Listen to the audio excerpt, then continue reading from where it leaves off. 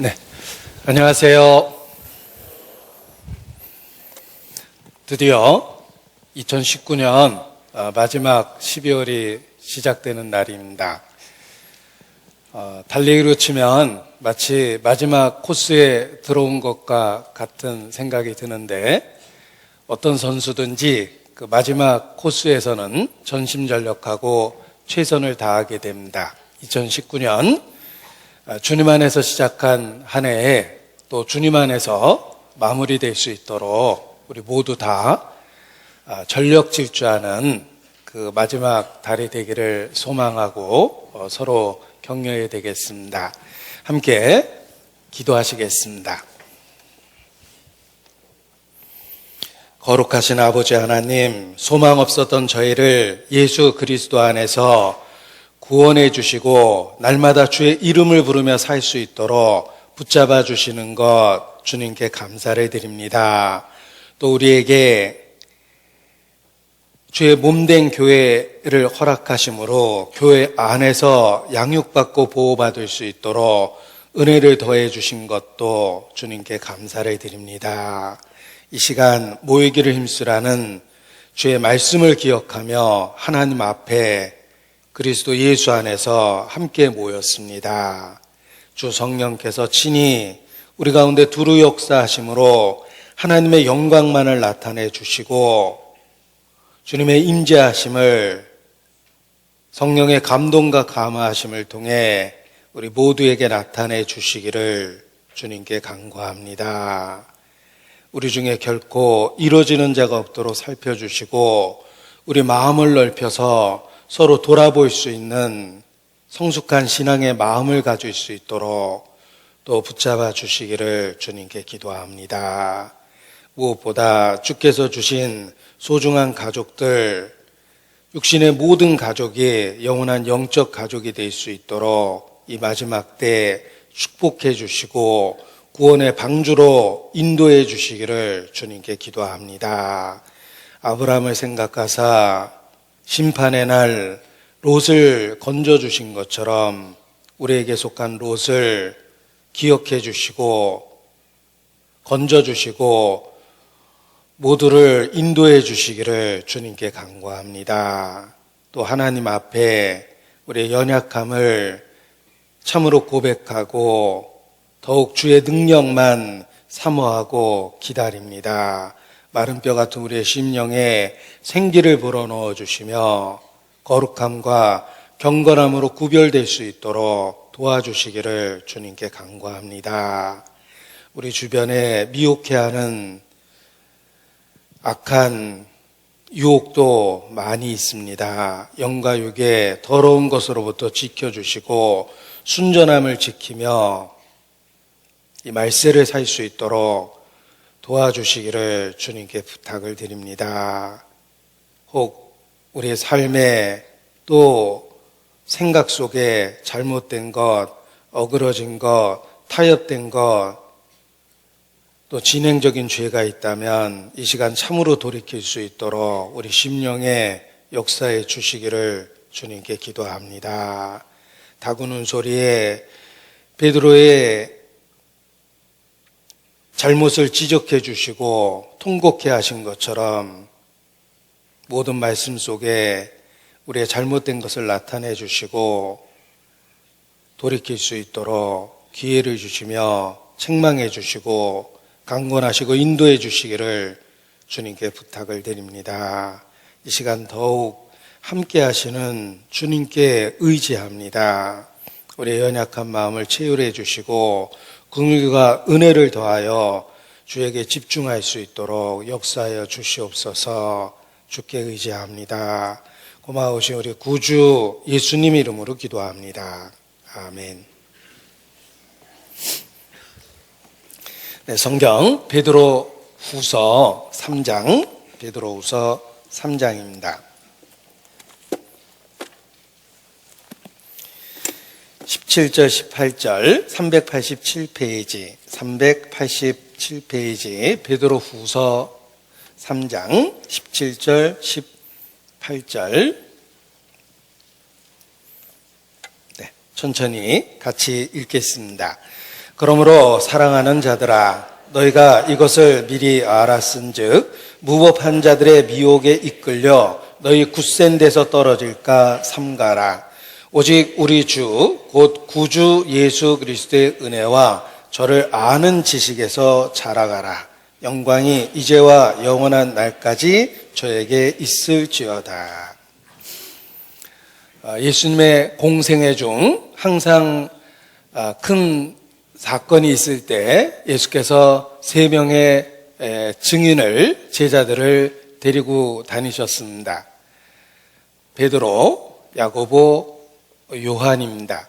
그 3명의 제자들은 증인의 역할을 해서 은밀한 주님의 사역을 목도하고 우리에게 증거해 줄 수 있도록 했습니다. 그래서 큰 사건, 또 홀로 어떤 일을 이루실 때 그 3명의 제자가 있었습니다. 그 중에 하나가 바로 베드로입니다. 이 베드로는 2권의 성경을 우리에게 남겨주었습니다. 신약 성경 27권 중에 베드로 전서 그리고 베드로 후서 이렇게 2권의 성경이 사도 베드로에 의해서 쓰여진 것입니다. 베드로는 2권의 성경책을 우리에게 남겼지만 사실 신약 성경 전체에 그의 삶의 흔적이 곳곳에 들어 있습니다. 예를 들면 예수님의 3년 반의 공생의 기간 중에 중요한 때마다 베드로 그가 거기에 있었습니다. 그리고 사도행전을 통해서도 초대교회 역사 속에서도 우리는 곳곳에서 베드로가 일하는 모습을 볼 수 있습니다. 베드로가 직접적으로 우리에게 남겨준 것은 2권의 신약 성경이지만 예수님의 행적 속에 그의 삶이 들어있고 또 초대교회 역사 속에 그의 삶이 들어있습니다. 이것은 우리에게 모형적으로 큰 교훈이 됩니다. 지금도 우리의 이름이 직접적으로 나타나지는 않지만 우리가 성령의 역사 속에 참여되어 있고 우리의 삶도 이곳저곳에 그 일부분으로 포함되어 있다고 생각합니다. 교회를 통해서 교회가 이루는 그 역사 속에 때로 직접적으로 우리의 이름이 나타나지는 않지만 우리는 교회의 일부분으로 지체와 일원으로 그 역사 속에 참여되어 있는 것입니다. 그래서 우리 안에서 주님이 이루시는 결과로 해외 선교에 대한 이야기를 듣게 되면 나도 그 역사 어딘가에 한 부분 참여되어 있다는 것을 교회의 일원이기 때문에 생각할 수 있는 것입니다. 또 국내적으로도 우리가 전주라는 제한된 지역에서만 신앙생활하는 것이 아니라 사실 전국 교회가 하는 일에 여러 모양으로 동참하고 있습니다. 따라서 국내 이곳저곳에서 일어나는 그 전도의 역사 속에 우리가 전주교회 일원으로서 참여했기 때문에 그 역사 속에서도 참여되어 있는 것입니다. 그래서 교회의 소중함을 더욱 깨닫게 됩니다. 이 베드로가 직접적으로 자기의 이름으로 남겨둔 것은 베드로 전서 후서뿐이지만 실제로는 예수님의 생애 속에 베드로의 삶이 이곳저곳에 포함되어 있고 초대교회의 역사 속에 또한 이곳저곳 그의 삶이 들어 있습니다. 이와 같이 우리도 교회를 통해서 그 지체와 일원으로 함께하기 때문에 교회가 이루는 역사 속에 여러 모양으로 참여되어 있는 것입니다. 그래서 그러한 깨달음 속에서 교회를 소중히 여기고 내가 있어야 될 곳에 있게 되며 해야 될 일을 하게 되는 것입니다. 때로는 너무 부분적으로 우리가 소속되어 있기 때문에 그 전체적인 큰 그림을 못 볼 수도 있습니다. 그러나 분명한 건 내가 내 위치에서 내 할 일을 하고 있기 때문에 교회 역사라는 큰 그림이 주님 안에서 그려지는 것입니다. 우리가 교회의 지체와 일원으로 참여되어 있기 때문에 우리의 삶이 가치가 있고 평범해 보이는 일상의 반복이지만 우리의 삶의 영적 열매가 그 삶을 통해서 맺혀지는 것입니다. 그래서 교회 안에 있게 하심을 더욱 감사를 드리게 됩니다. 그런데 사실 교회가 지체와 일원에 소속되어 있다는 것만으로도 감사를 드리지만 때로는 우리 자신이 어떤 주님의 역사에 걸림돌이 될 수도 있습니다. 나의 타고난 성격이 장애가 될 수도 있고 또 나의 타협된 생각이 교회에 방해가 되고 또는 본성적인 그 비평적인 그 말과 행동이 때로 걸림이 될 수도 있습니다. 그래서 우리는 매일의 삶 속에서 내가 교회 역사에 도움을 주는 지체인지 아니면 혹 걸림이 되는 지체가 되는 건 아닌지 살펴볼 필요가 있습니다. 우리는 주님의 역사 속에 전족교회라는 지체와 일원으로 참여되어 있습니다. 큰 그림을 보고 우리의 삶에 의미를 가져야 되며 그리고 우리가 있는 위치에서 도움이 되는 지체가 되기 위해서 더 자신을 다스리고 순종하고 복종하는 것이 마땅합니다. 베드로는 자신의 평범한 삶이 그렇게 귀하게 쓰여질 줄 몰랐을 것입니다. 그러나 주님은 그의 삶 전체를 자신의 생애 속에 포함해서 사용해 주셨고 초대교회 역사 속에서도 베드로의 삶을 이곳저곳에서 귀하게 사용해 주셨습니다. 우리도 마찬가지입니다. 지금도 주님 안에서 우리의 삶은 쓰여지고 있다. 때로 너무 부분적으로 우리가 소속돼 있고 평범한 일을 반복하기 때문에 못 깨달을 수도 있지만 주님은 그 모든 것을 통해서 교회 역사라는 주님의 역사라는 큰 그림을 그려가고 있다라는 생각을 하게 됩니다. 그래서 선교사님을 만날 때도 그의 사역이 나의 일부분처럼 느껴지고 전국의 형제자매를 만날 때도 그들의 그 신앙생활에 내 일부가 들어있다는 그런 생각을 하게 됩니다. 이것이 교회의 비밀이라고 생각합니다.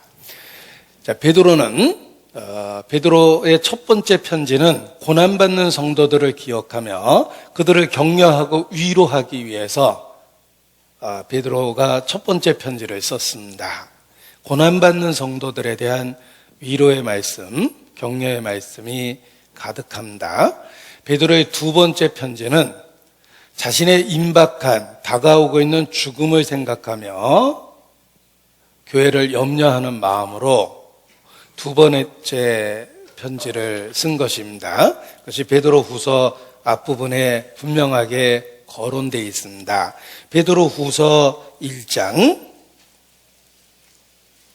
14절에 보면 베드로가 자신의 죽음을 생각하고 죽음이 가까이 오고 있음을 깨달았다는 걸 알 수 있습니다. 14절 베드로 후서 1장 14절 이는 우리 주 예수 그리스도께서 내게 지시하신 것과 같이 나도 이 장막을 벗어날 것이 임박할 줄 알미라. 자신의 육체를 장막이라고 표현했고 장막을 벗어난다라는 말이 죽음에 대한 표현입니다. 우리의 삶은 일시적인 장막 텐트며 영원한 처소 천국이 기다리고 있습니다. 완전한 변화된 육체가 우리를 기다립니다. 베드로는 자신의 죽음이 임박했다는 것을 느끼고 있습니다. 그래서 교회를 염려하며 베드로 후서를 기록한 것입니다. 12절에 보면 이러므로 너희가 이것을 알고 이미 있는 진리에 섰으나 내가 항상 너희로 생각하게 하려 하노라. 내가 이 장막 있을 동안에 너희를 일깨워 생각하게 함이 옳은 줄로 여기노니 나도 이 장막을 벗어날 것이 임박할 줄 알미라. 그러니까 죽음을 염두에 두고 교회를 염려하며 두 번째 편지를 쓰게 된 것입니다. 베드로는 죽음 앞에서도 누구든지 첫 번째 경험하는 일이 죽음입니다. 죽음이 다가오고 있다라는 자신의 운명을 보면서도 그는 교회를 염려하고 있습니다. 그만큼 교회를 사랑하고 있었기 때문에 그렇습니다. 임박한 죽음 앞에서도 그는 교회를 염려하고 있습니다. 우리 개인적으로 생각해 보십시오. 정말 죽음이 가까이 올 때 당황스러울 겁니다. 처음 겪는 일이기 때문에 누구든지 당황스러울 수밖에 없습니다. 초상이라는 말 자체가 처음 초자를 썼습니다. 누구든지 한 번은 겪을 일이 죽음이기 때문에 그렇습니다. 그럴 때 누구든지 당황스럽고 어떻게 죽음을 준비해야 될지 이런저런 생각을 하게 됩니다. 그리고 그 생각 중에 빠지지 않는 것이 사랑하는 사람입니다. 죽음 앞에서 사랑하는 사람을 생각할 수밖에 없습니다. 부모라면 자식에 대한 염려가 생기죠. 내가 떠난 후에 우리 아이들이 이 세상을 어떻게 살 수 있을까? 자식에 대한 생각을 하게 됩니다. 그것은 우리의 본성입니다. 마찬가지로 영적 본능이 있습니다. 자식에 대한 사랑이 우리의 본성인 것처럼 주님께서 주신 영적인 본능은 교회에 대한 염려입니다. 그냥 내가 훌쩍 떠나면 되는 게 아닙니다. 교회에 대한 염려를 하게 됩니다. 베드로가 그러했습니다. 그는 임박한 죽음 앞에서 교회를 염려하고 있습니다. 교회를 정말 영적 자식처럼 사랑하고 있었기 때문에 그렇습니다. 이것이 모든 성도의 공통점입니다. 그저 신변을 정리하고 가족관계에만 집중하는 것은 악인입니다. 악인도 자식에 대한 염려가 가득합니다. 우리는 성도입니다. 생각을 넓혀서 교회에 대한 염려도 함께하는 것이 마땅합니다. 베드로 사도도 그러했습니다. 바울도 그러했습니다. 바울의 경우를 찾아볼 텐데 베드로 후서에 표시하고 고린도 후서 11장으로 가보도록 하겠습니다. 고린도 후서 11장. 바울의 경우입니다.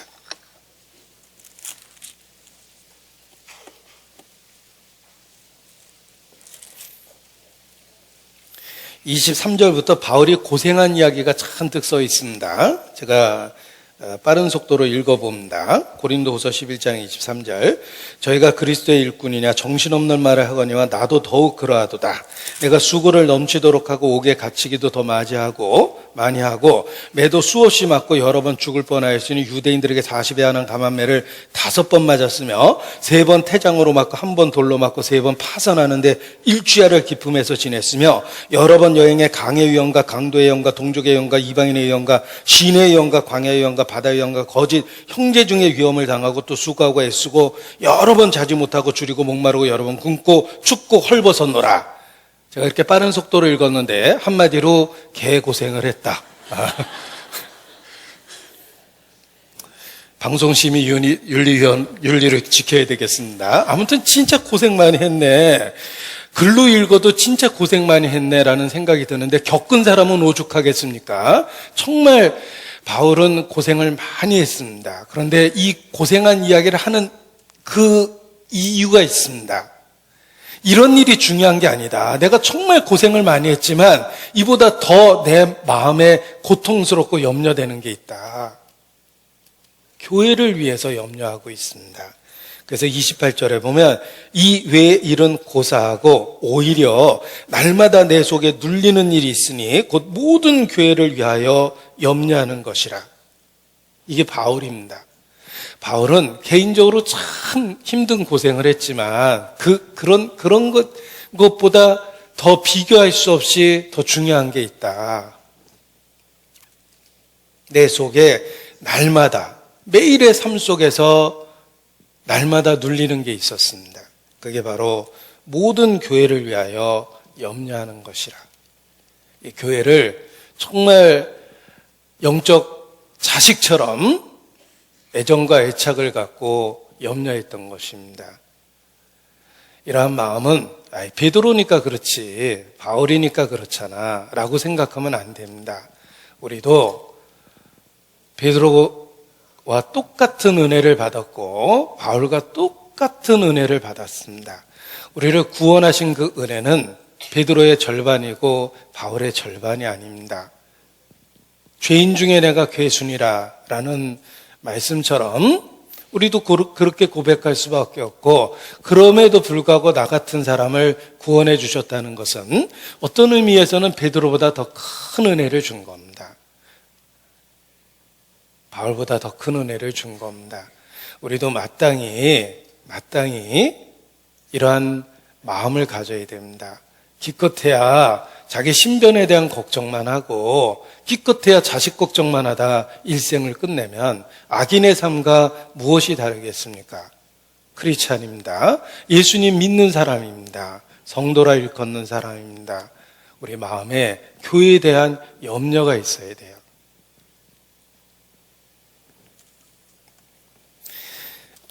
베드로는 다가오고 있는 죽음 앞에서 얼마나 심란합니까? 그럼에도 불구하고 교회를 염려하고 두 번째 편지를 쓰고 있습니다. 바울도 자기가 당한 그 고생을 이야기하면서도 그런 건 아무것도 아니다. 날마다 내 마음에 눌리는 게 있다. 곧 모든 교회를 위하여 염려하는 것이라. 이것이 우리가 가져야 될 마음입니다. 우리가 교회 소식을 인쇄해서 이렇게 나눠드립니다. 그냥 나눠드린 게 아닙니다. 거기에 우리 교회 일정이 써 있고 또 전국 교회 일정이 써 있고 우리가 하고 있는 중요한 일들이 거기 써 있습니다. 어떤 의미에서는 기도 제목을 나눠드린 거예요. 교회 소식에 써 있는 모든 내용들이 사실은 우리가 함께 기도해야 될 그 제목과 같습니다. 교회에 어떤 일이 있는지 살펴보고 함께하는 것이 필요합니다. 저는 때로 외국에 선교에 있을 때 전화를 받는 경우가 있는데 대부분 무슨 일이지? 중요한 일인가? 해서 이렇게 딱 받으면은 외국에 있는 데까지 전화하셨으니까 정말 중요한 일이라는 생각이 들어서 걱정되는 마음에서 전화를 받으면 일단 자기 이야기를 막 시작하십니다. 그래서 죄송하지만 누구세요? 그러면 이제 비로소 자신이 누구라고 얘기하는데 가만히 들어보니까 제가 어디 있는지 전혀 인식하지 못하는 상태에서 이렇게 개인적인 이야기를 막 하십니다. 그래서 죄송하지만 이게 국제전화고 제가 어디에 있다 그러면 비로소 이제 놀랍니다. 한국 아니에요? 이렇게 얘기하는데 물론 그럴 수 있습니다. 그럴 수 있지만 한편 마음에는 그래도 담임 목사인데 국내에 있는지 해외에 있는지 정도는 알아야 되는데 이렇게 받으면서 너무 슬픕니다. 목사님 그 외국인데 시차 때문에 잘 계세요. 제가 기도하고 있어요. 이렇게 시작했으면 한밤중에 전화 받아도 마음이 넓어질 텐데 어디 계시는데요? 이러면은 너무 어떤 마음에서는 참 이렇게 참 슬픕니다. 그래서 정말 우리의 마음속에 교회가 있어야 되고 교회가 하는 일이 있어야 되고 기도로 동참하는 것이 필요합니다. 이 베드로가 죽음 앞에서도 얼마나 심란한 상황 앞에서도 교회를 염려하고 있는가. 바울도 그러했는데 우리도 똑같은 은혜를 받았기 때문에 정말 자녀에 대한 염려처럼 교회에 대한 염려가 있어야 되고 함께하는 그런 마음이 있어야 됩니다. 베드로는 죽음 앞에서 교회를 생각하고 있습니다. 그것은 교회가 그의 삶 속에 얼마나 소중한지를 그대로 나타내주고 있는 것입니다. 자, 버킷리스트, 죽음을 목전에 두고 꼭 하고 싶은 일들을 사람들은 이제 버킷리스트라 그래서 죽기 전에 꼭 하고 싶은 일들을 이야기합니다. 성지순례 가보고 싶다. 또 어디 그렇게 아름답다 그러는데 그곳에 가보고 싶다. 또 세계 3대 요리라고 그랬는데 나 그 3대 요리 하나씩 다 먹어보고 싶다. 보통 사람들이 이야기하는 버킷리스트입니다. 그런데 실제로 병원에서 시한부 생명을 선고받고 죽음을 날짜를 꼽을 수밖에 없는 상황 속에서 죽음을 현실로 받아들인 사람들이 죽음 앞에서 하고 싶은 일의 대부분은 놀랍게도 그냥 평범한 일이랍니다. 엄마라면 우리 아이들을 위해서 맛있는 밥상을 차려주고 싶다라든지 또 사랑하는 사람이 있다면 그 사랑하는 사람과 조용한 데서 차 한잔 마시고 싶다라든지 대부분은 평범한 일들을 죽음 직전에 하고 싶다라고 그렇게 이야기합니다. 그것은 죽음이 우리에게 무엇이 소중한지를 비로소 깨닫게 해주는 겁니다. 우리가 평범한 일상이라고 했던 그 모든 일들은 실제로 곧 잃어버릴 거라고 생각하면 우리에게 다 소중한 것들입니다. 매일의 삶이 실제로는 하나님의 선물이며 다시 반복될 수 없는 일일 수도 있습니다. 죽음 앞에서 비로소 그것을 깨닫는 겁니다. 그래서 죽음을 앞에 둔 사람들이 맛있는 음식을 아이들에게 만들어주고 함께 하고 싶다라든지, 또 사랑하는 사람과 차 한잔 마시고 싶다라든지, 이런 이야기들은 우리의 평범한 일상이 소중하다라는 그러한 깨달음을 줍니다. 마찬가지로 우리는 믿는 사람입니다. 정말 죽음이 임박해진다면 무엇이 하고 싶습니까? 말씀을 듣고 싶고, 성경을 읽고 싶고, 우리 형제자매를 만나고 싶고, 또 마지막 닌게로 맞는 힘으로라도 봉사하고 싶고, 늘 하던 일을 하고 싶다. 이렇게 고백하는 것이 마땅합니다. 베드로는 임박한 죽음 앞에서 교회를 염려하고, 교회를 염려하고 그 남아있는 성도들을 위해서 두 번째 편지를 쓰고 있습니다. 그 대부분은 잘못된 가르침에 대한 경고입니다. 베드로가 떠나려고 생각하니까 혹시 양들이 이리와 늑대가 들어와서 양들을 해칠까 영적으로 염려한 겁니다. 그래서 잘못된 교사, 잘못된 가르침, 그런 것에 혹 미혹될까봐 그거에 대한 그 경계의 말씀을 죽음을 앞에 두고 기록한 겁니다. 그래서 2장에 보면 그러나 민간에 또한 거짓 선지자들이 일어났었나니 이와 같이 너희 중에도 거짓 선생들이 있으리라. 잘못된 가르침이 스멀스멀 들어오고 있는 걸 계속 보고 있었던 겁니다. 그리고 3장에 보면 3절 먼저 이것을 알지니 말세에 기롱하는 자들이 와서 자기의 정욕을 쫓아 행하며 기롱하며 가로되 주의 강림하신다는 약속이 어디 있느냐, 주의 임박한 재림을 부정하는 사람들이 있을 거라는 것도 알고 염려하고 있습니다. 이 베드로 사도는 죽음 앞에서 남아있는 그 교회가 혹 잘못된 가르침에 미혹될까 봐 염려하며 이 두 번째 글을 쓰고 있는 것입니다. 너희 중에도 거짓 선생들이 있으리라. 우리가 경계할 것은 조금씩 잘못된 교훈과 교리가 퍼진다라는 거예요. 주관적인 견해로 성경을 보고 자기의 독특한 체험을 일반화하고 자기 신념에 맞는다는 이유로 절대적 진리로 만들거나 자기의 경험과 일치하기 때문에 진리라고 우기거나 그러면서 잘못된 교리들이 퍼지는 겁니다. 그걸 염려하고 있는 거예요. 그리고 주님의 다시 오신다는 약속을 웃음거리로 만들거나 약화시키는 거죠. 맨날 하는 얘기 아니냐.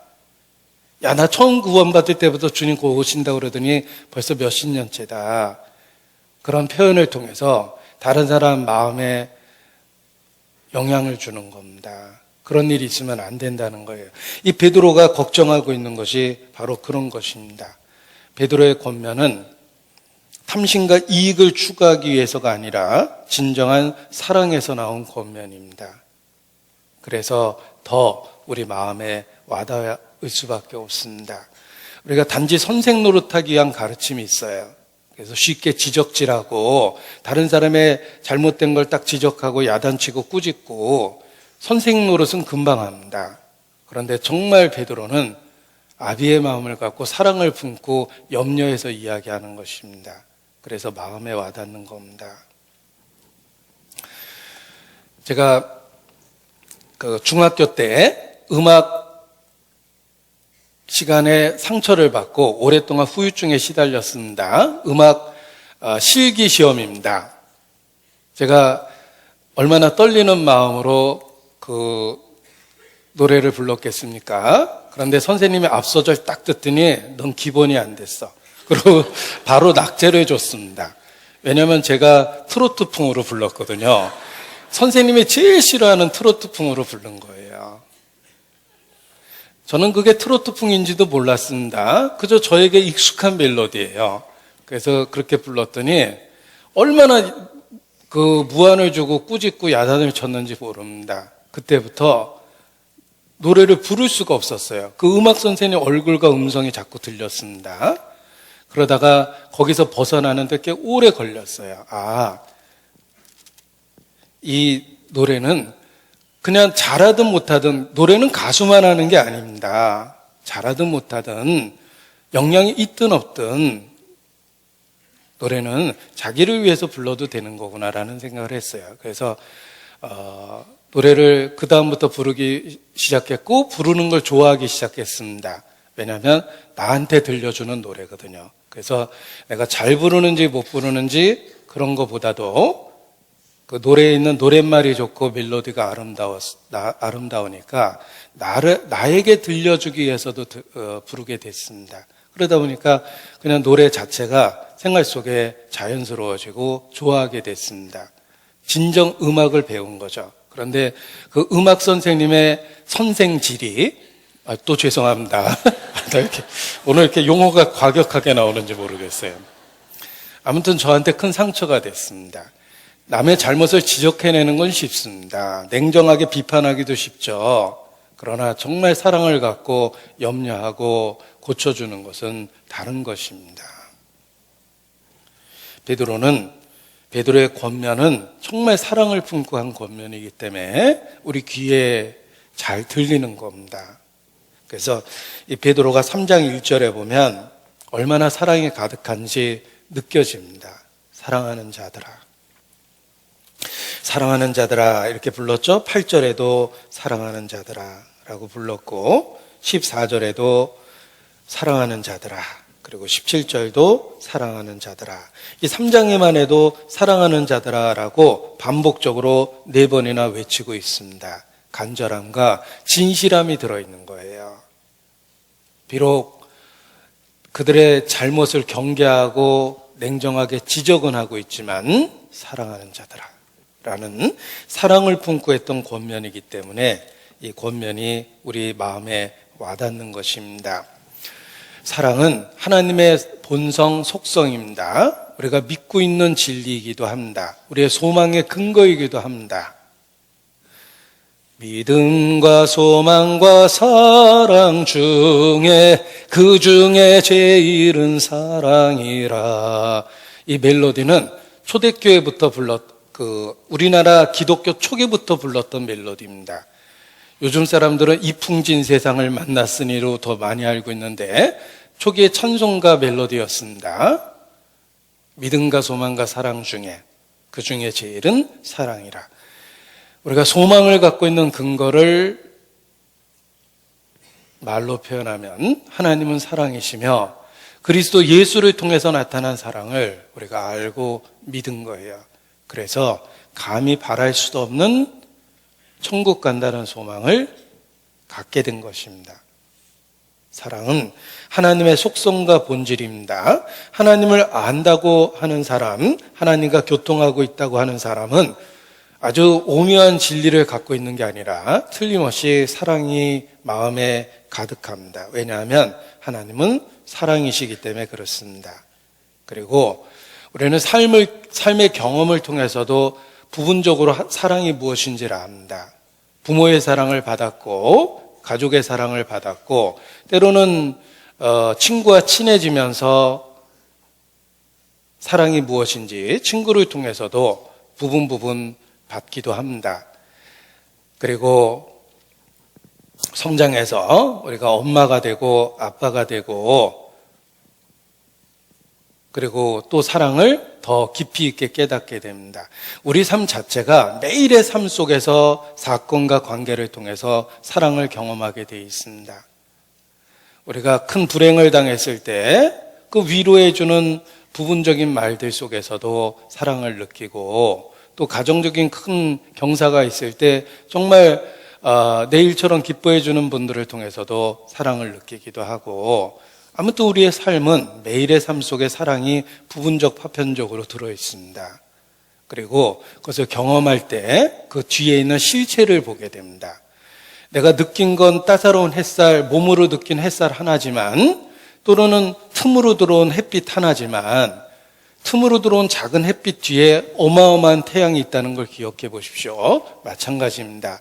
우리가 부분적으로 경험하는 사랑 그 뒤에 사랑의 실체인 하나님이 계십니다. 그리고 그 하나님의 사랑을 독생자를 주셨다는 놀라운 진리 속에서 확실하게 경험하고 소유하고 느끼게 된 것입니다. 독생자를 주셨으니 하나님이 사람이 되셔서 십자가에 죽으셨다는 그 복음의 내용은 태양이라는 그 어마어마한 불덩어리 가운데 들어간 것과 같이 하나님의 사랑의 실체를 보게 한 거예요. 나는 삶을 통해서 부분 사랑을 받는데 진짜 그 사랑의 실체를 보게 된 겁니다. 그래서 하나님은 사랑이시다라고 똑같은 말로 고백해도 독생자를 경험한 사람이 느끼는 그 표현은 다를 수밖에 없습니다. 똑같은 사랑이란 말을 썼지만 하나님은 독생자를 통해서 자신의 사랑을 드러내셨습니다. 신분을 넘어온 사랑입니다. 하늘로부터 이 땅에 오셨어요. 그리고 가르치고만 가셨어도 황송한데 대신 죽기까지 하셨습니다. 희생을 통해 보여준 사랑입니다. 신분을 넘어온 사랑이요, 희생을 통해 입증된 사랑이기 때문에 우리가 사랑의 실체를 확실하게 보고 느끼고 주목하고 손으로 만진 바 된 것입니다. 요한이 쓴 표현이에요. 우리가 귀로 듣기만 하다가 보고 듣고 손으로 만진 바 된 거예요. 독생자가 그렇습니다.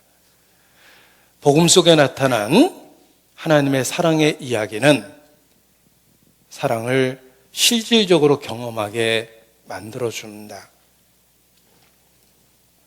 아름다운 이야기가 있네. 구세주의 사랑 이야기.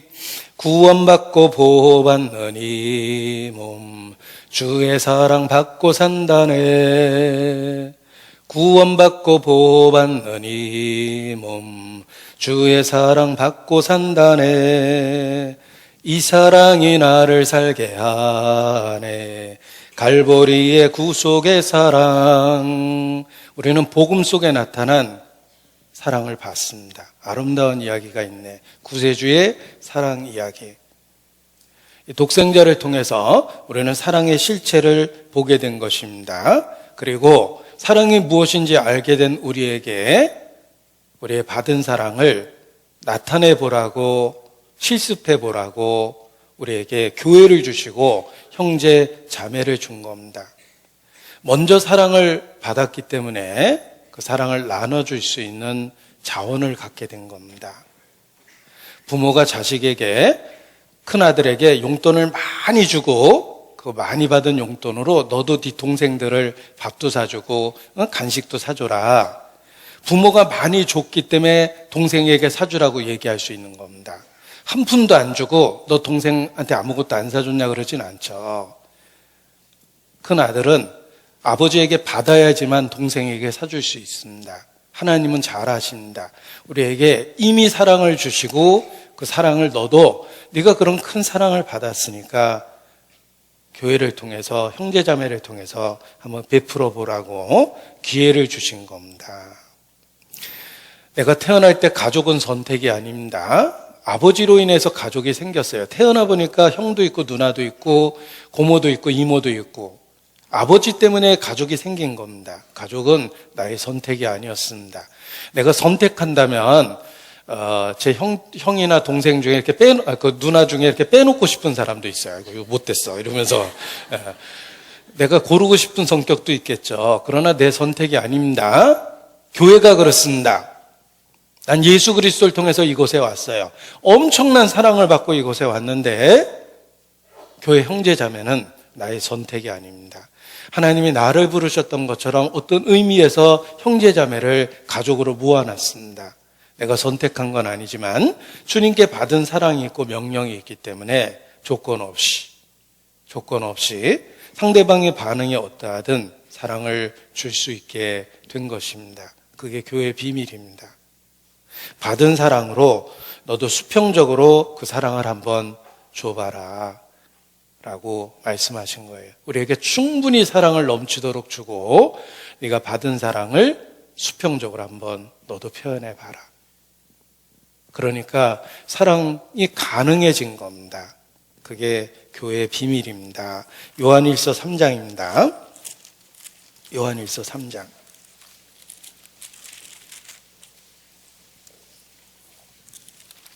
14절.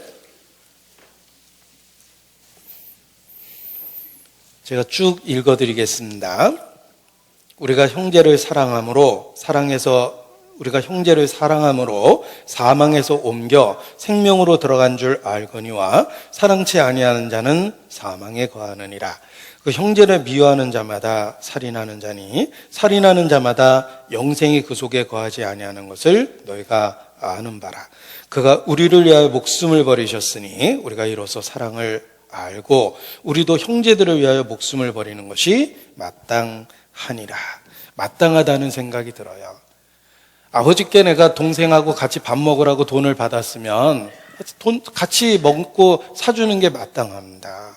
사랑을 받았으니까 형제자매를 사랑하는 것이 당연한 거예요. 어려운 게 아니에요. 받았기 때문에, 사랑을 받았기 때문에 주는 것이 어려운 게 아닙니다. 그래서 사랑을 알게 되고 행할 수 있게 만들어주는 것입니다. 형제님 사랑합니다 라고 표현하면 우리 양심의 송사를 받을 때가 있습니다. 정말? 얼마나? 말만? 이런 생각이 듭니다. 그런데 그 앞에 수식어를 붙이면 진심이 돼요. 주님의 사랑으로 주님 안에서 형제를 사랑합니다. 그건 진심이에요. 주님하고의 관계가 사랑을 진실이 되게 해주는 거예요. 주의 사랑으로 사랑합니다. 주의 사랑으로 사랑합니다. 형제 안에서 주의 영광을 보내 주의 사랑으로 사랑합니다. 사랑합니다라는 말이 위선이 안 될 수 있는 방법은 주님하고의 관계예요. 주님하고의 관계 때문에 내 취향은 아니지만 내 성격에 맞진 않지만 내 사랑에 반응도 안 하지만 그냥 먼저 사랑을 베풀 수 있게 되는 것입니다. 사랑은 주님의 속성이며 정말 하나님하고의 관계를 갖게 되면 교회를 사랑하고 형제자매를 사랑하고 마음을 넓힐 수밖에 없게 되는 것입니다. 이것이 마땅합니다. 베드로후서 3장 보시겠습니다. 17절. 그러므로 사랑하는 자들아 너희가 이 말은 뭔가 대조적인 표현이 있습니다. 사랑할 수 없는 잘못된 경우가 있습니다. 사랑하는 자들아 너희가라는 말의 반대말은 저희가라는 말인데 거짓 교사들과 그들의 추종자들이 바로 저희입니다. 그들은 어찌하든 간에 너희하고는 다르다. 성도를 구별한 겁니다. 저희와 구별되어 있어야 될 너희들, 그게 바로 사랑하는 성도들입니다. 세상 전체가 대세가 잘못된다 하더라도 성도는 항상 구별되어 있어야 됩니다. 왜냐하면 사랑하는 너희이기 때문에 그렇습니다. 저희가 아니거든요. 이 저희라고 얘기한 사람들이 많아요. 여기 2장에 보면 2장 1절 중간 저희는 이게 멸망케 할 거짓 선지자와 선생들이죠. 저희는 멸망케 할 이단을 3절 저희가 탐심을 인하여 지은 말을 가지고 또 19절 저희에게 자유를 준다 하여도 20절 만일 저희가 여기 저희라고 표현된 사람들 많습니다. 이 저희는 사랑하는 너희하고는 다른 거예요. 세상은 어떠하든 간에 사랑을 받은 사람은 구별되어 있어야 된다는 걸 일깨워 주는 것입니다. 그래서 거짓 교사들과 그의 추종자들, 잘못된 것을 선택하고 성도들을 조롱하는 사람들, 주의 재림을, 임박한 재림을 느끼고 사는 사람들을 오히려 판단하는 사람들, 그런 사람들과 구별되어 있어야 됩니다. 사랑하는 자들아, 너희가, 저희와는 다른 너희가 있습니다. 너희가 이것을 미리 알았은즉, 자, 하나님과의 교통, 성령의 교통하심은 미리 알려주는 지혜가 있습니다. 세상의 끝을 알려주셨습니다. 유혹이 어떻게 다가오는지 알려주셨고 그 결과를 보여주셨어요. 죄의 과정은 무엇이며 결과는 무엇입니까? 우리는 성경 곳곳에서 죄를 어떻게 짓는지 과정을 봅니다. 배고파서 장자의 명분을 팔아버린 에서 죄가 어떻게 다가오고 있는지 결과가 무엇인지 보여줍니다. 에서의 삶을 보십시오. 가인의 삶을 보십시오. 순간적인 분노로 동생을 살해하고 그냥 가인이 됐어요. 살인자. 죄의 과정과 결과를 보여준다. 가룟 유다 3년 반이나 예수님을 쫓아다녔지만 결국 은 30에 예수님을 팔아버렸어요. 그의 범죄의 과정과 결과를 보여줍니다. 미리 알려줍니다. 성령의 교통하심을 받으면 하나님은 내가 현재 당하고 있는 유혹의 결과를 보여주므로 유혹을 거절할 용기를 주는 거예요. 결단을 주는 겁니다. 우리의 타협된 삶의 과정과 결과를 미리 보여주므로 타협하지 않도록 만들어줍니다. 너희가 이것을 미리 알았은즉, 성령을 통해서 또는 기록된 말씀을 통해서 또는 교회를 통해서 하나님은 죄가 어떻게 시작하고 그 결과가 무엇인지를 확실히 미리 알려주셔서 범죄로부터 우리를 지켜주십니다. 잘못된 교리가 무엇인지 미리 알려줍니다. 그래서 유혹에서 벗어날 수 있게 해줍니다. 우리 주변에는 잘못된 교리가 정말 많습니다. 도덕적인 죄, 성적인 유혹과 그 결과뿐만 아니라 영적으로 더 심각한 잘못된 교리가 정말 많습니다. 심지어는 교회 안에서도 그런 이야기가 수근수근 돌아다니는 거 보면 정말 걱정이 됩니다.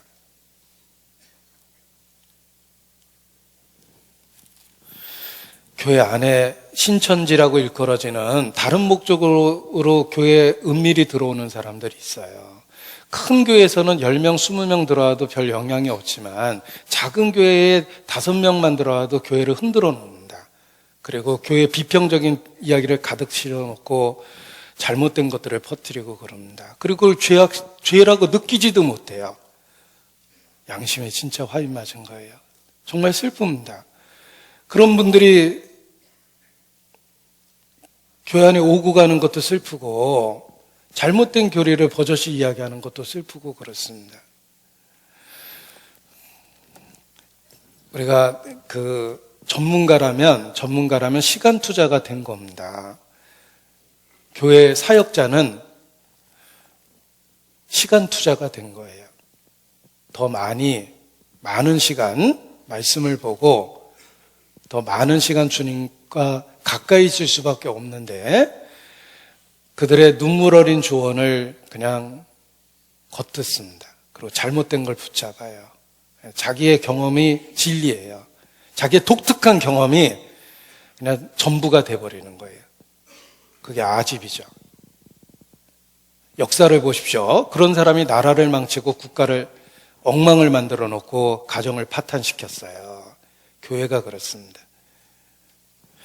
교회 질서는 가르치는 자와 가르침을 받는 자, 하나님이 그 질서를 세우신 것은 더 많은 시간을 투자해서 진리를 지키고 구별해내야 된다는 뜻입니다. 그런데 자기의 독특한 경험이나 자기 취향에 맞았다고 해서 그걸 진리라고 생각하고 남한테 쉽게 전해주고 그리고 심지어는 교회 가르치는 자들을 판단하고 마치 가르치는 자가 초보인 것처럼 폄하하고 진짜 하나님 앞에 큰 죄라는 거 아셔야 돼요. 다윗은 비록 사울이 잘못돼도 다윗이 어떻게 행동을 했는지 보십시오. 그것이 올바른 마음이에요. 사울이 잘했다는 게 아니라 잘못하는 사울을 보고 다윗이 하나님을 의지했기 때문에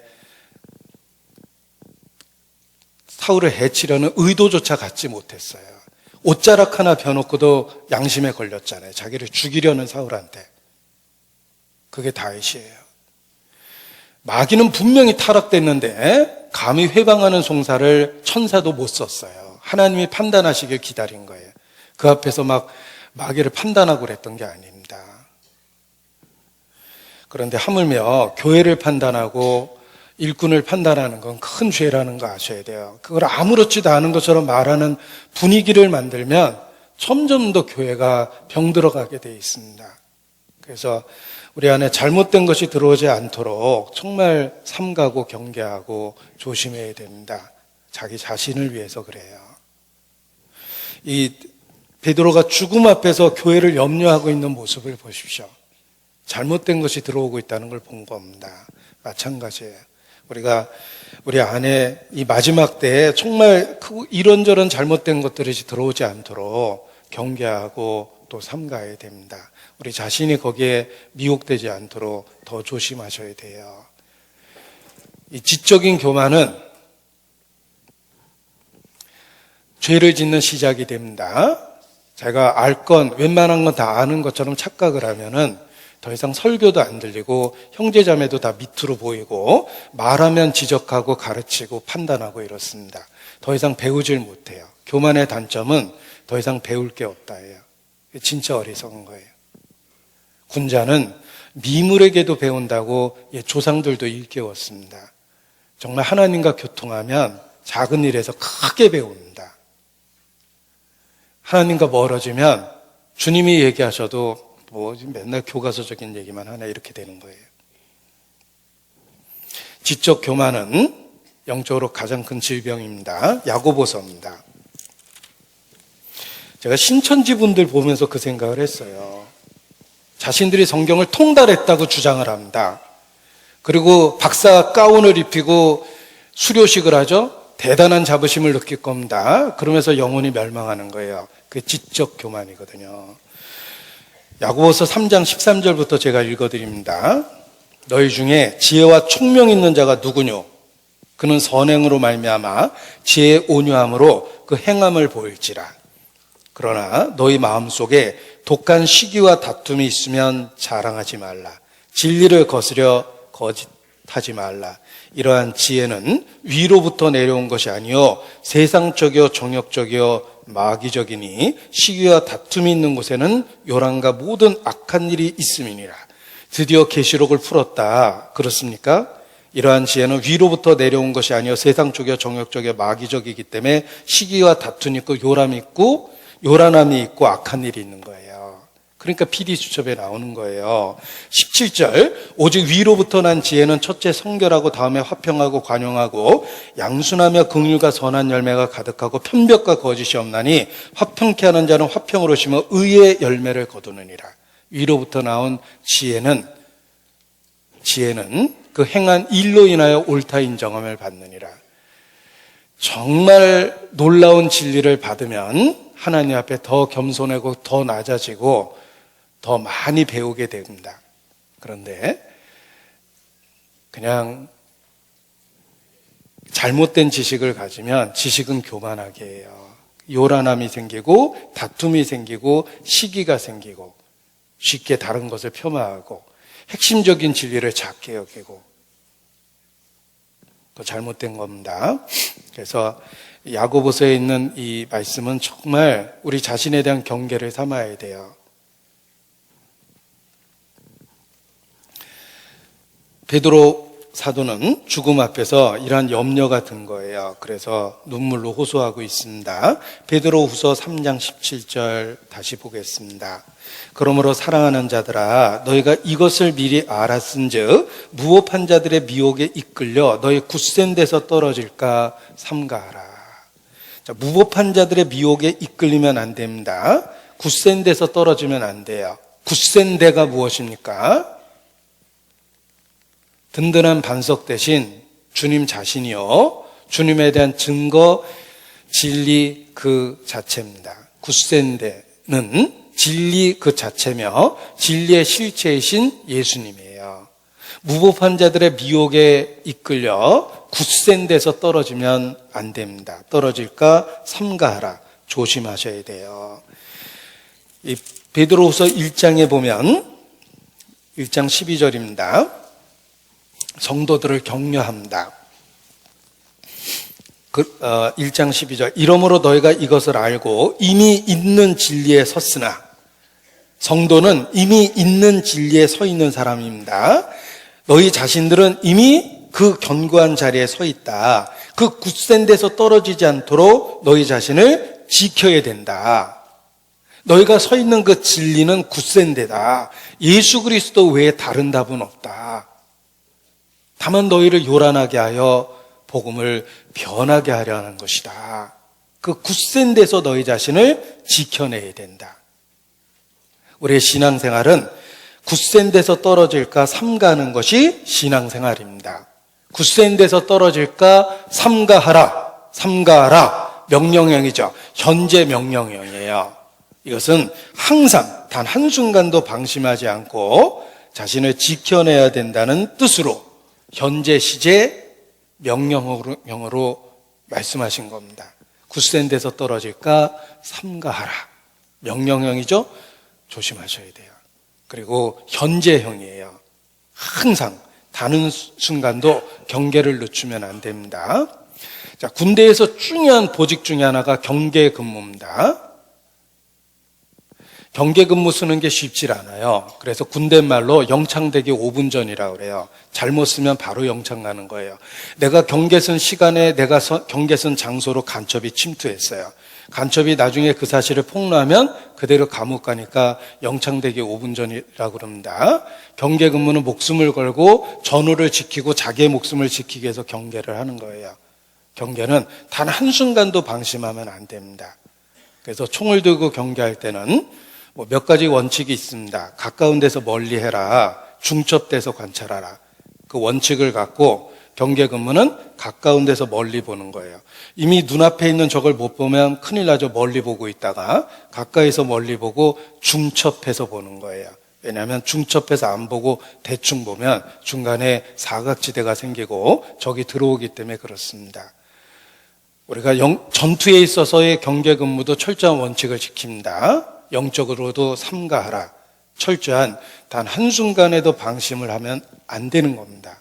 자신을 지키고 교회를 지키기 위해서 조심하고 노력해야 돼요. 굳센 데서 떨어지면 안 됩니다. 너희가 오늘이라고 일컫는 동안에 매일 피차 권면하여 누구든지 죄의 욕으로 강팍해 됨을 면하라. 오늘이라고 일컫는 매일의 삶 속에서 우리는 경계 근무를 해야 돼요. 신앙이 그렇습니다. 단 한 번 지키는 것이 아닙니다. 예전에 잘 지켰다고 지금도 저절로 잘 지켜지는 게 아니에요. 매번의 경계 근무는 오늘이라고 일컫는 동안에 매일 피차, 권면해서 지켜내는 거예요. 그래서 주님 오시는 그날까지 우리는 그 견고한 것을 끝까지 그 굳센 데에서 머무를 수 있도록 지켜내야 됩니다. 우리 교회의 힘은 초대교회 복음을 지금도 지키고 있다는 거예요. 그 단순하지만 분명한 진리를 지금도 지키고 있습니다. 우리의 소망의 이유는 딱 하나예요. 예수 그리스도예요. 거기다 우리의 전부를 건 거예요. 초대교회가 우리에게 전달해 준 진리고 우리가 믿고 변화된 진리고 우리가 지켜야 될 진리예요. 단순해 보이지만 단순함에 놀라운 능력이 들어있어요. 우리의 소망의 근거는 그냥 딱 하나예요. 예수님이에요. 예수님에게 전부를 건 거예요. 예수님은 육체를 갖고 이 땅에 오신 하나님이셨고 나를 위해서 죽고 부활하셨어요. 그것을 통해서 언약하셨어요. 나 같은 사람을 받아주겠다고. 내 그 죄를 기억도 하지 않겠다고 약속해 주셨어요. 단순해 보이지만 그 단순함이 굳센 것입니다. 우리는 그 굳센 데에서 떨어질까 염려해야 돼요. 그 단순함을 지켜내야 됩니다. 이 단순함은 사실이기 때문에 지켜야 돼요.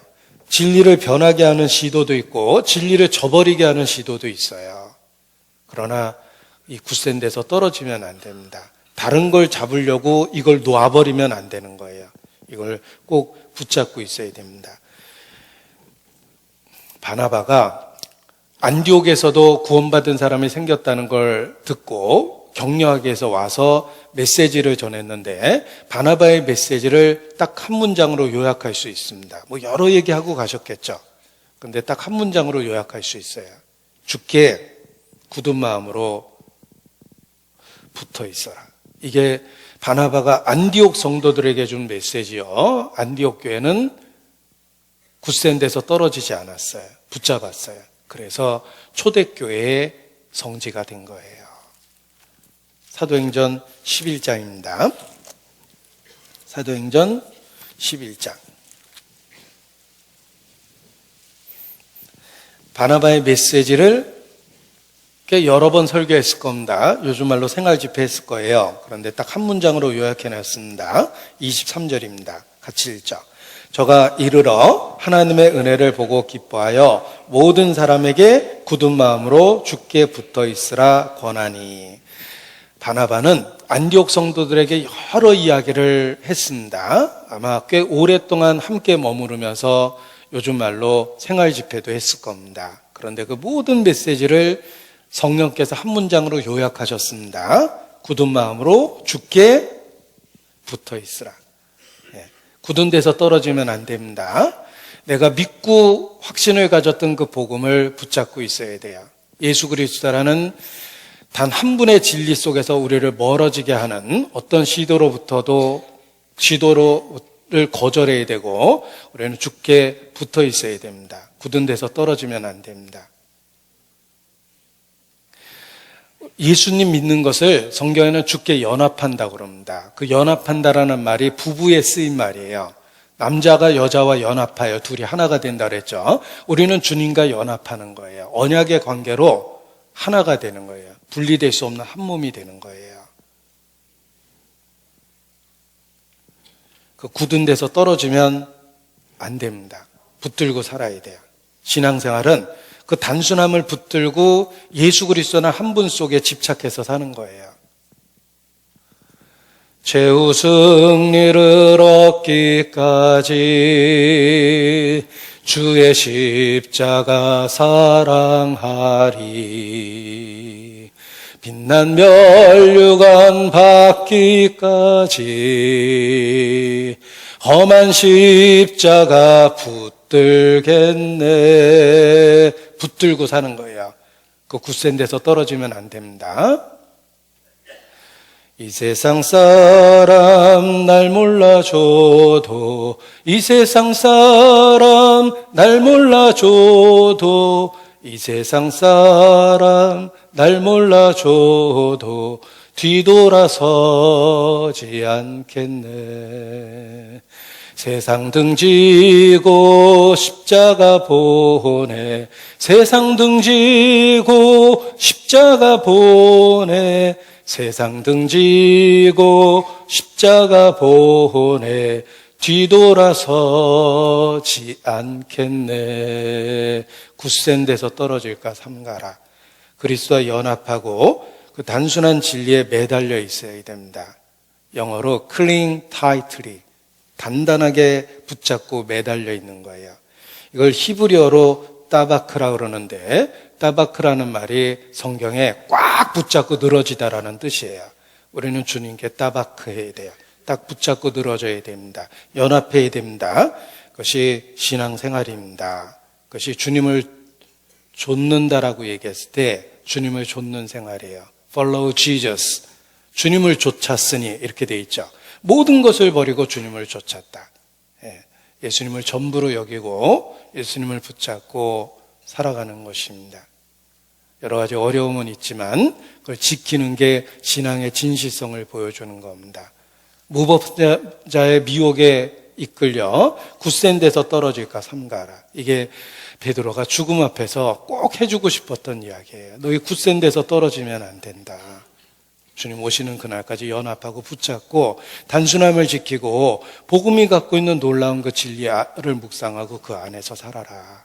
하나님이 사람이 되셔서 우리를 위해서 대신 죽으셨는데 필요하고 충분한 완전한 진리가 아닌가? 더 무엇이 필요한가? 이것이 굳센 진리며 너희는 이미 그 굳센 진리에 섰으니 거기에 서 있어야 된다. 미혹한 자의 불법한 자의 그 미혹에 이끌려 굳센 데서 떨어지면 안 된다. 이렇게 권면하고 있는 것입니다. 그래서 여러 가지 어려움 속에서도 우리는 그 신앙을 지키고 지내야 됩니다. 그러는 가운데 신앙이 자라는 거예요.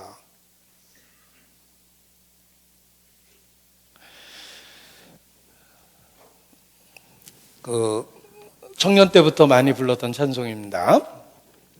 나 주의 믿음 갖고 홀로 걸어도 나 주의 믿음 갖고 노래 부르네.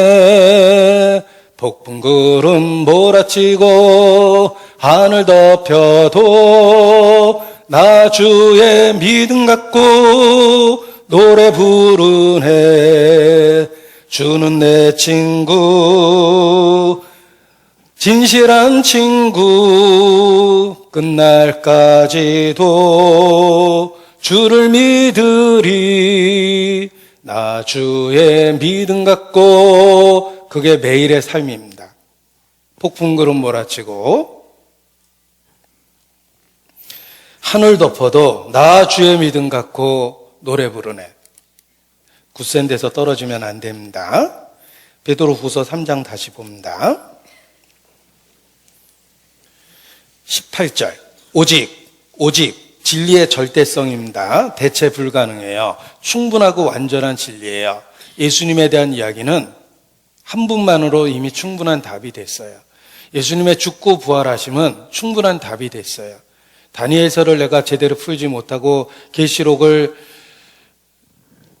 감춰진 이야기를 다 못 깨닫는다 하더라도 예수 그리스도에 대한 지식은 그 예수님에 대한 지식만으로도 충분하고 완전한 답이 되는 거예요. 이 오직이라는 말은 대체 불가능한 절대적 진리다. 예수님은 필요 충분하며 완전하다. 예수님은 완전한 답이 된다. 더 이상 다른 걸 기웃거릴 필요가 없다. 요한계시록을 풀었다고 하는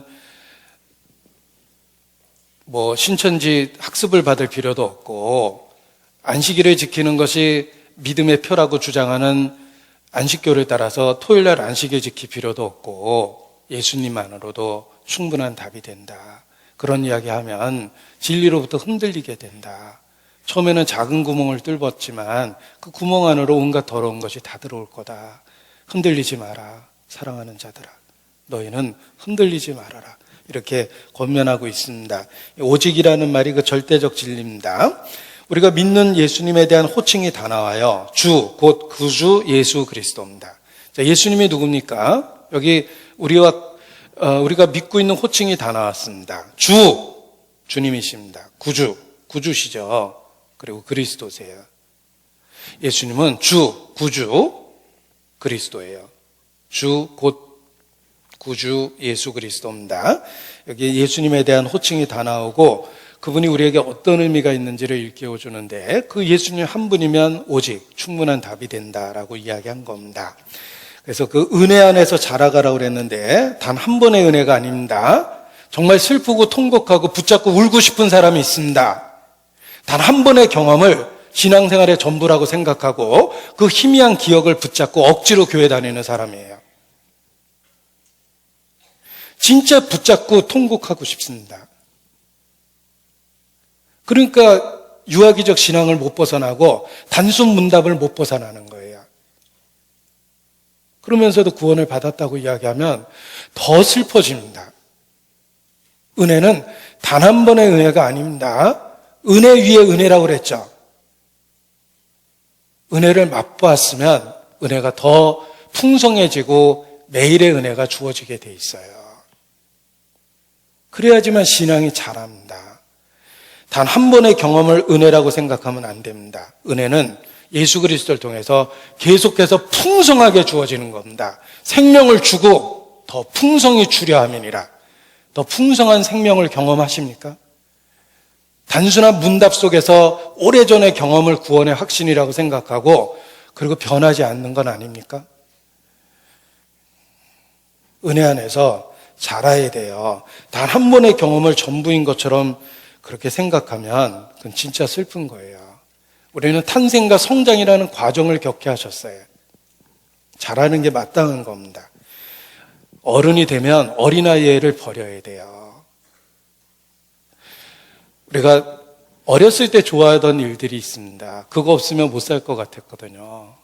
어렸을 때는 딱지치기가 좋아서 한동안 딱지만 열심히 모았던 적이 있습니다. 돈만 생기면 딱지 사가지고 고무줄로 묶어서 마치 부자 된 것처럼 이렇게 수북히 싸놓고 있었던 기억도 있고, 또 전자오락이 처음 나타났을 때는 눈만 감으면 파란 화면에 불빛이 나타났어요. 뿅뿅뿅뿅뿅 뭐 이런 거. 예.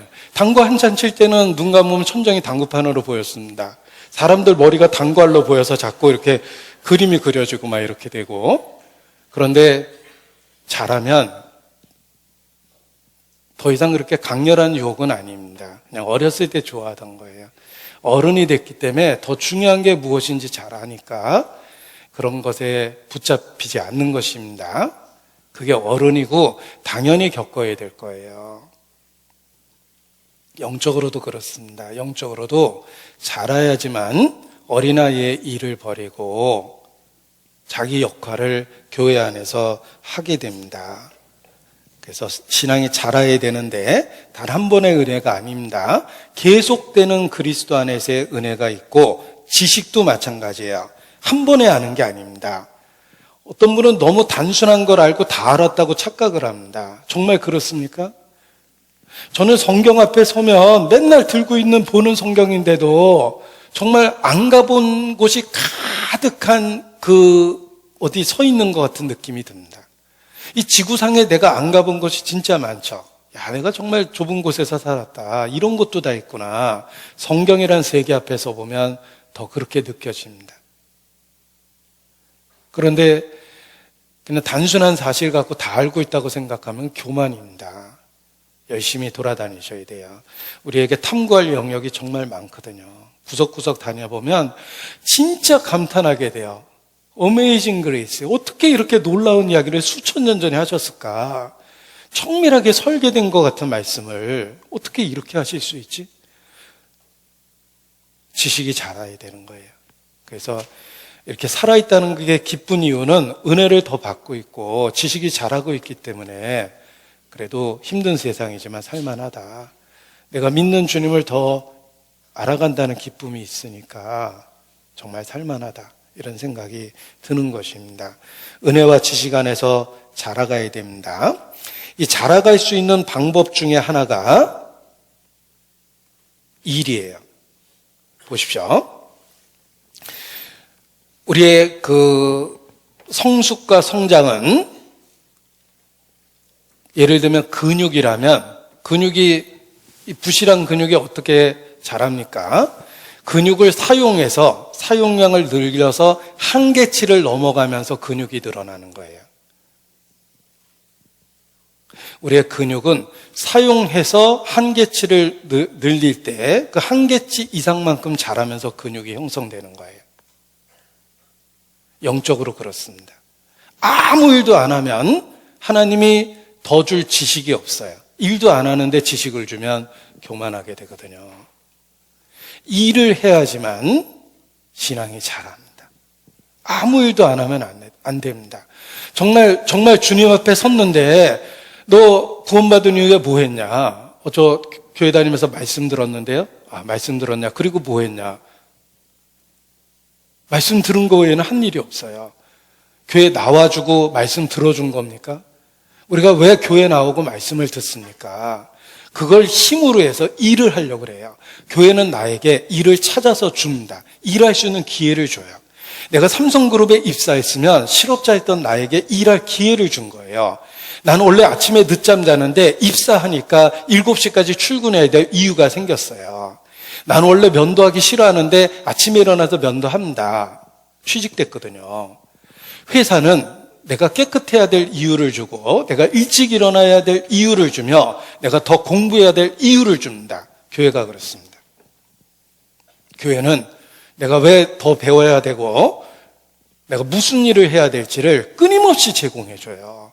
그래서 내 삶을 가치 있게 만들어주는 겁니다. 교회에서는 일이 있어야 돼요. 그냥 말씀 들어주는 거로 신앙생활을 다 채워버리면 신앙이 잘할 수가 없어요. 행동하지 않는 지식은 다 교만이에요. 사용하지 않는 칼로리는 지방이에요. 사용해야 됩니다. 신앙이 잘할 수 있는 방법은 부지런히 일하는 거예요. 그래야지 신앙이 자라요. 피곤하지만 내 인생은 가치 있고 의미 있었다. 내 삶을 가치 있게 만든 주님께 감사합니다. 이렇게 매일의 삶을 살게 되는 겁니다. 예배소서 4장입니다. 예배소서 4장.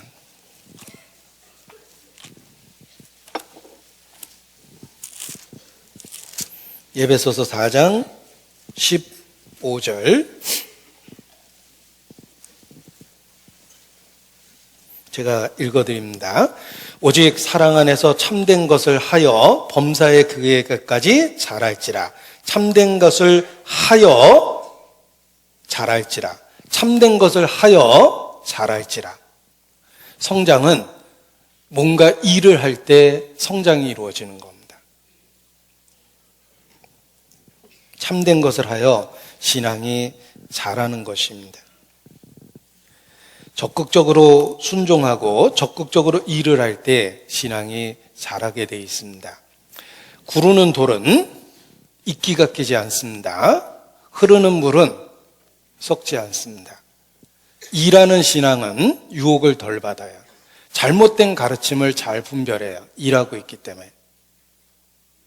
영적으로 똑같습니다. 일은 우리를 성장케 하고 우리를 깨끗게 합니다.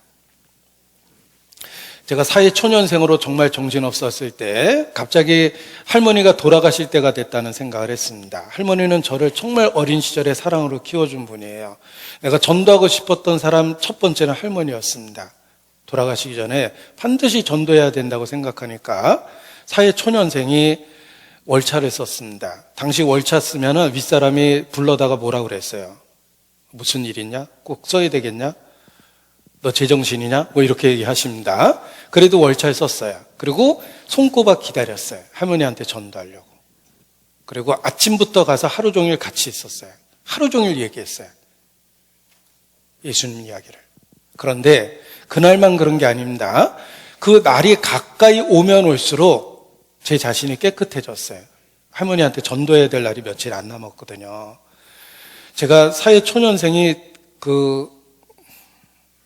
접대하는 일을 참 많이 했습니다. 제가 무역부에 있었거든요.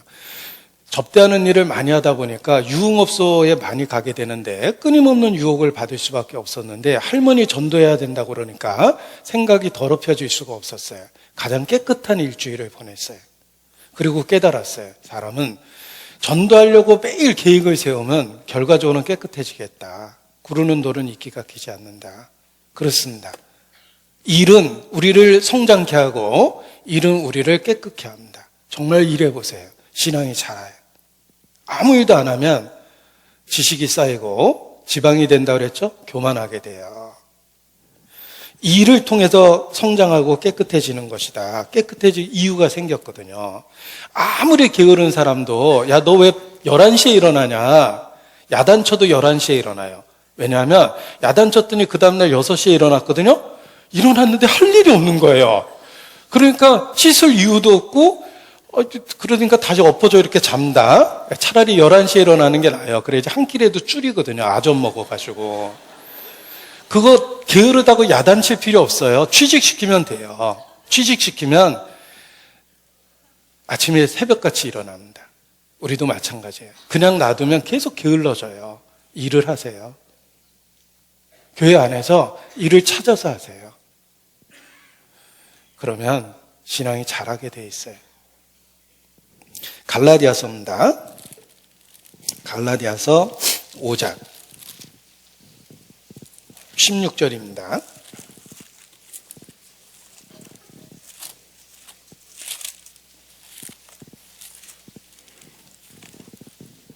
갈라디아서 5장 16절 같이 읽겠습니다. 내가 이르노니 성령을 좇아 행하라. 그리하면 육체의 욕심을 이루지 아니하리라. 자, 육체의 욕심을 이루지 아니하리라. 정말 소원이지 않습니까? 이 나라는 자아가 얼마나 지긋지긋합니까? 끈질긴 죄성이 있어요. 본성적인 게으름이 있어요. 본성적인 반역의 의지가 있어요. 분명히 옳은 말인데 어깃장 놓고 하나님 말씀인데 겉듣고 순종해야 되는데 핑계대고 이 자기 자신하고 살아보면 정말 지긋지긋합니다. 예수께서 자기를 미워하지 아니한 자는 내 제자가 될 수 없다고 그랬는데 자기를 미워한다는 말이 무슨 말인지를 알겠어요. 나라는 존재를 겪어보니까 수십 년 겪어보니까 진짜 여기 있으면 제가 두들겨 패고 싶어요. 누구 때려주고 싶은 마음은 제가 초도 없는데 내 자신이 여기 있다면 진짜 많이 때려주고 싶어요. 어떻게 하면 육체의 욕심을 이루지 않고 살 수 있을까? 딱 가르쳐 주셨어요, 방법을. 성령을 좇아 행하라. 그리하면 육체의 욕심을 이루지 아니하리라. 성령을 좇아 행해야 돼요. 적극적으로 주님 안에서 살면 죄가 없어져요. 적극적으로 살아야 돼요. 그래야지만 육체의 욕심을 이루지 않습니다. 세상에서도 한가하고 배부르면 음식만 생겨요. 영적으로도 그렇습니다. 성령을 좇아 행할 때 하나님은 그 일을 행할 수 있는 은사를 더하시며 경험해보지 못했던 지식을 알려줘요. 일을 하고 있기 때문에 더 많이 지식이 필요하거든요. 주님 안에서 적극적으로 일을 해야 됩니다. 자, 어떤 분은 왜 봉사 안 하냐고 여쭤보면 제가 사실 뭐 이런 일도 있고 저런 일도 있고 또 말할 수는 없지만 뭐 이런 일도 있고 그래서 일을 못 합니다.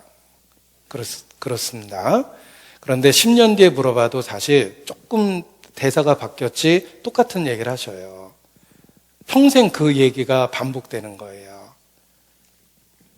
일이 있어서 일을 못 한다고 생각하면 죽을 때까지 일을 못 합니다. 그런데 일을 해보면 내가 갖고 있는 그 일들이 해결이 돼요. 왜냐하면 주님은 그 일을 할 수 있도록 필요한 걸 공급하시기 때문에 그렇습니다. 저는 은사가 없어서 일을 못합니다. 그러나 순종하기 위해서 하겠습니다 그러면 은사가 생겨요. 없었는데 은사가 생겨요. 일을 하니까. 일을 하면 필요한 것을 주시는데 핑계대서 일을 안 하려고 하니까 하나님이 더 주실 이유가 없는 거예요. 따라서 적극적으로 일은 붙잡아야 돼요. 우리가 연말에 뭐 구역장, 조장, 총무 여러 가지 봉사의 직분으로 이렇게 부르면 우리 개인적으로 본성은 핑계하려는 마음이 생겨요. 그런데 그 핑계는 죽을 때까지 없어질 게 아니에요. 결국은 죽을 때까지 일 못한다는 뜻입니다. 그러나 순종하면 하나님이 일할 수 있도록 틀림없이 만드셔요. 그리고 일할 수 있도록 은사를 더하셔요. 없었는데 일하게 되는 겁니다. 청년 때부터 같이 교제했던 형제가 있습니다. 처음 구원받을 때부터 봤어요. 아주 거친 모습부터 봤는데 교회 와서 조금씩 바뀌는 게 너무 정말 대견하고 하나님께 감사하고 그랬습니다.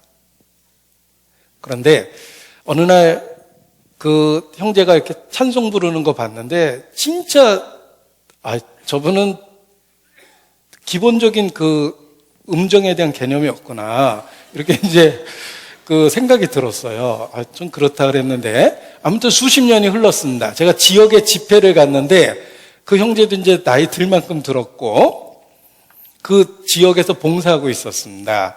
근데 저는 이제 강사로 저 뒤에 앉아 있었는데 특송이 있다 그러면서 이제 그러길래 그런가 보다 그랬는데 그 형제가 혼자 걸어 나오는 겁니다. 수십 년 전의 기억이 떠올랐어요. 큰일 났다. 큰일 났다 진짜. 제가 그 생각이 들어요. 솔로네? 이게 큰일 났다. 그 형제의 수십 년 전의 모습을 저는 잘 알고 있었기 때문에 큰일 났다는 생각을 했는데요. 너무 찬송을 잘 하시는 거 있죠. 그래서 제가 뒤에 앉아서 감동도 받았고 회개도 하고 그랬어요.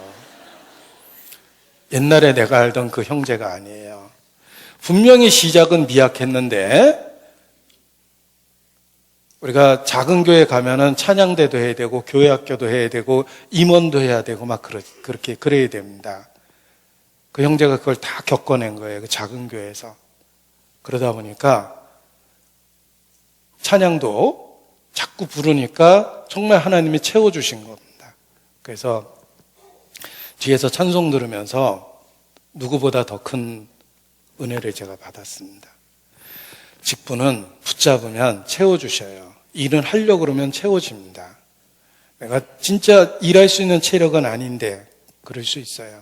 그러나 과부의 두 랩돈도 받으셨으니까 내게 없는 체력 중에 마지막 체력을 내가 봉사하겠다고 생각하면 주님은 틀림없이 그 과부가 굶어 죽진 않았을 거 아닙니까? 틀림없이 더 큰 은혜로 채워주셔요.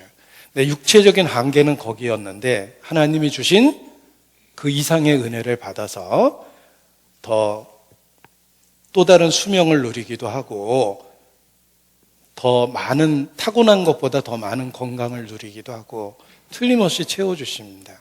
그래서 이 직분에 대해서는 거절하면 안 된다라는 생각을 하게 됩니다.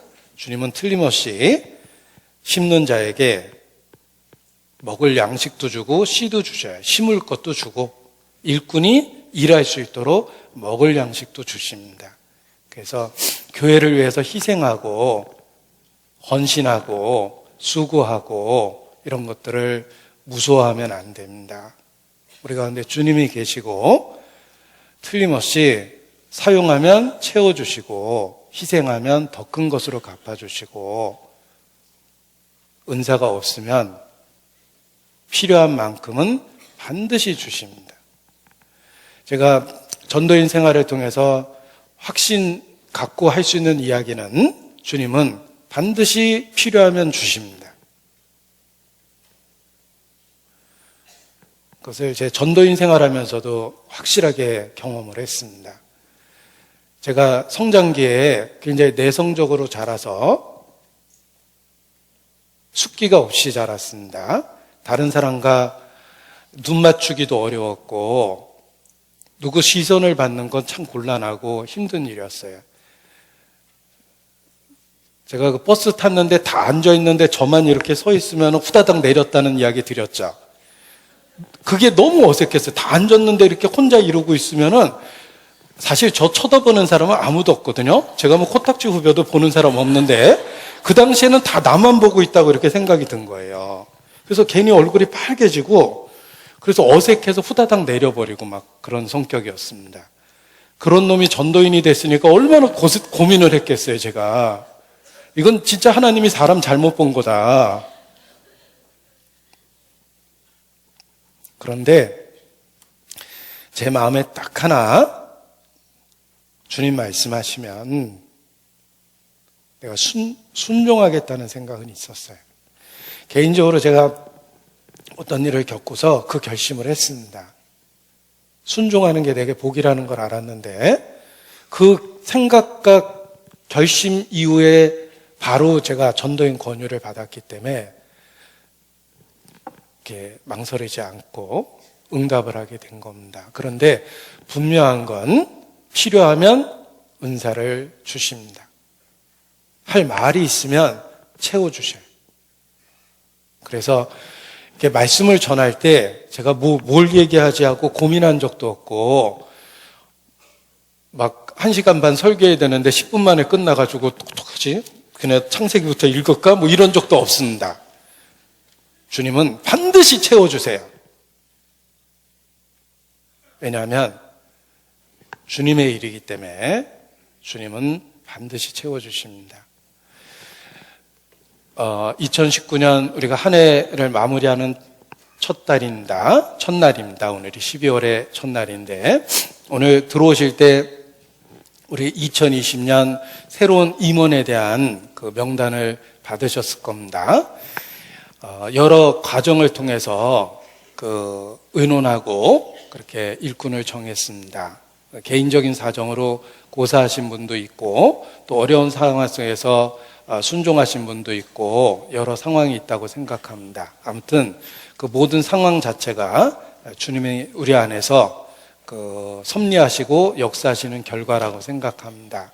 그래서 이 일 맡은 분들은 정말 주님이 주신 기회라고 생각하고 붙잡고 주님과 동행하면 일할 수 있는 만큼의 능력과 상황과 은사와 시간을 주님이 채워주실 거라고 확신을 합니다. 그리고 혹 명단에 없는 분들은 올해는 쉬나 보다 이렇게 생각하는 건 치명적인 겁니다. 쉬라는 뜻이 아니라 역할을 바꿔보라는 뜻이라고 생각하고 나타나는 지체가 아닌 돕는 지체가 되라는 뜻이구나 라고 생각하면 틀림이 없습니다.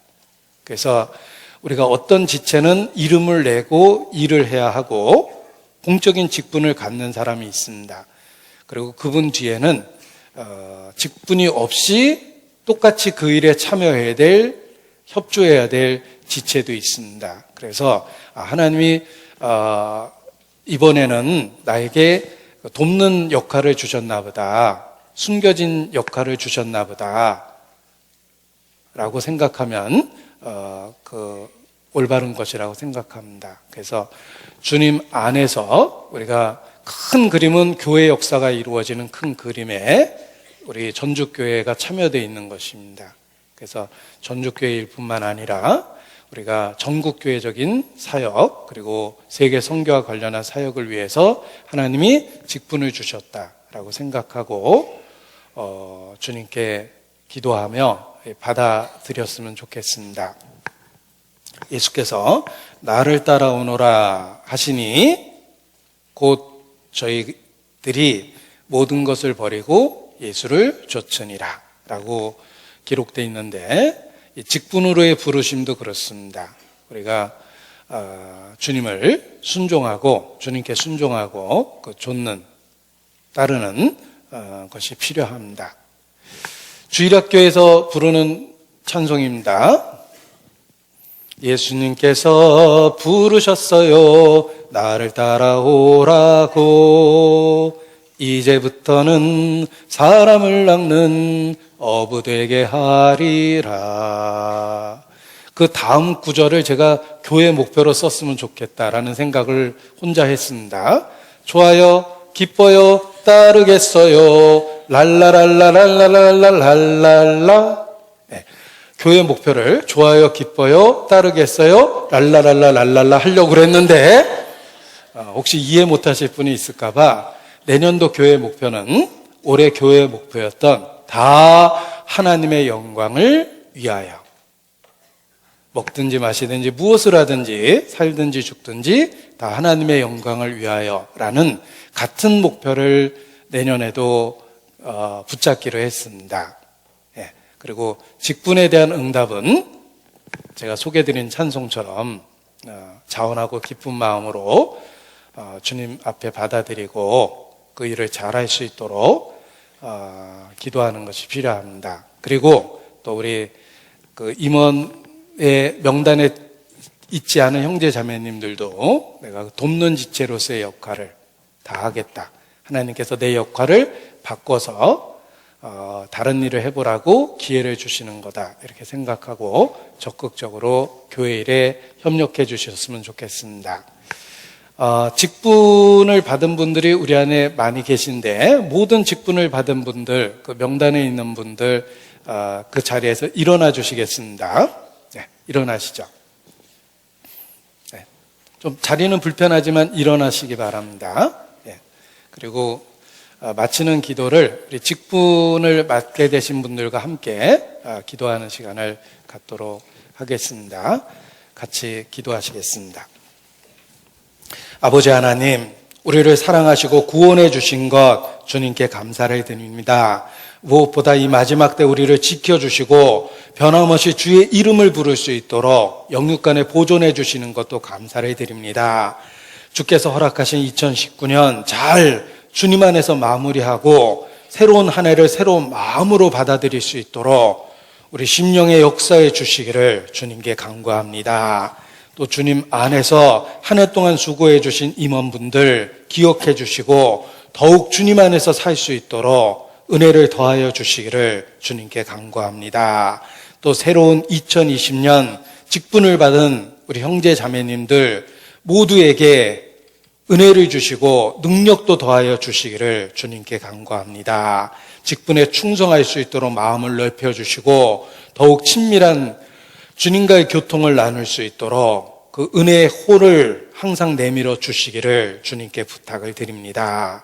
맡은 바 직분에 충성될 수 있도록 주님 필요한 은사를 주시고 가정적인 환경도 허락해 주시기를 주님께 기도합니다. 무엇보다 영과 육의 건강함을 주시고 생업의 현장에도 풍성한 은혜를 주심으로 아무 염려 없이 주님 일에 더 집중하고 교회를 섬길 수 있도록 도와주시기를 주님께 부탁을 드립니다. 또 모든 형제 자매가 직분 가진 자에게 또 협력하고 같은 마음으로 참여할 수 있도록 우리 마음을 넓혀주시고 사랑의 끈으로 묶어주시기를 주님께 간구합니다. 주께 의지합니다. 고마우신 우리 구주 예수님 이름으로 기도합니다. 아멘. 네.